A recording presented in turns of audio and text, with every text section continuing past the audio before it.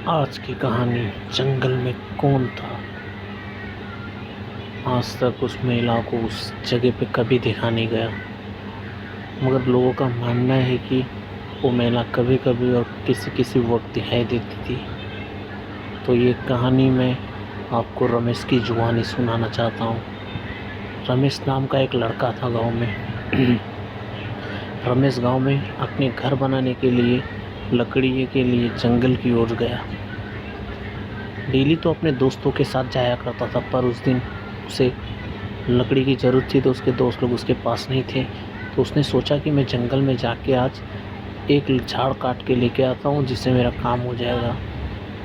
तो वो दिन औंसी का दिन था। ऐसा माना जाता है कि औंसी के दिन में जंगल में अकेला नहीं जाना चाहिए, मगर रमेश को नहीं पता था, इस बातों पे विश्वास नहीं करता था कि ऐसा भी होता है कि भूत प्रेत पे वो विश्वास नहीं करता था।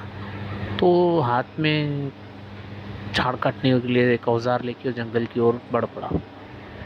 धीरे धीरे जंगल की ओर आगे आगे बढ़ते बढ़ते बढ़ते बढ़ते वो इतना जंगल के अंदर पहुंच गया कि जंगल एकदम घना हो गया। तो घने जंगल में आजू बाजू देखते देखते उसे है ना कहीं वैसा झाड़ नहीं मिला कि जिसे उसके काम आ सके। तो अचानक वो थोड़ी सी और आगे की ओर जाते तो उससे अचानक एक झाड़ दिखा जो काफ़ी लंबा और काफ़ी सफ़ेद कलर का झाड़ था। उसे झाड़ को देख के उसे लगा कि हाँ, ये झाड़ मुझे चाहिए, इसी झाड़ को मैं अपने साथ ले जाऊंगा। तो मैं इस झाड़ को काटने के लिए आगे रमेश आगे की ओर बढ़ा।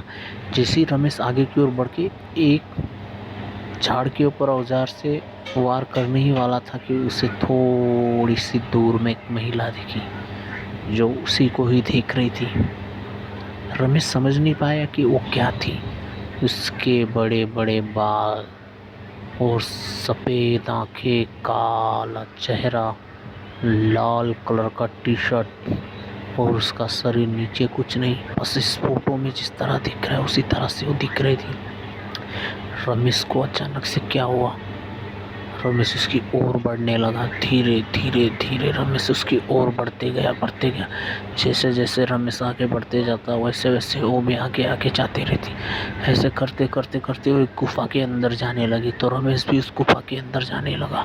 रमेश गुफा के अंदर जैसे अपना सर डालते डालते डालते जैसे अचानक से रमेश को होश आया। रमेश ने देखा कि मैं यहाँ हूँ, ये क्या हुआ मेरे साथ। तो जैसे वो बाहर की तरफ देखा, आजू बाजू कोई नहीं था और जंगल पूरा सन्नाटा और रमेश अकेला। रमेश वहां से भागने लगा। भागते भागते ऊपर नीचे गिरते कुछ भी नहीं, आगे पीछे भागते भागते भागते जंगल से बस पीछे ही देख रहा था। पीछे डर के मारे सांस फूल रही थी। रमेश भागते गया भागते गया भागते गया भागते भागते भागते भागते रमेश घर की ओर पहुंच गया। जैसे घर पे पहुंचा तो सबने पूछा क्या हुआ क्या हुआ। रमेश ने बताया मेरे साथ जंगल में ऐसा ऐसा हुआ। उसको सुन के जंगल में सब लोग उसके साथ जंगल की ओर बढ़े, मगर जंगल में उस वक्त सन्नाटा और चिड़िए की आवाज़ के बाद कोई नहीं था।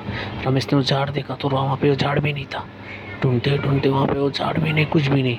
तो रमेश समझ गया रमेश के साथ जो घटना हुई वो काल्पनिक नहीं, सत्य घटना थी। तो रमेश अपना सर पकड़ के वहीं पे बेहोश हो गया। 3 दिन तक बुखार आने के बाद गांव में ओझा को बुला के उसको अच्छे से दिखाया गया। उसके बाद रमेश को होश आया। ये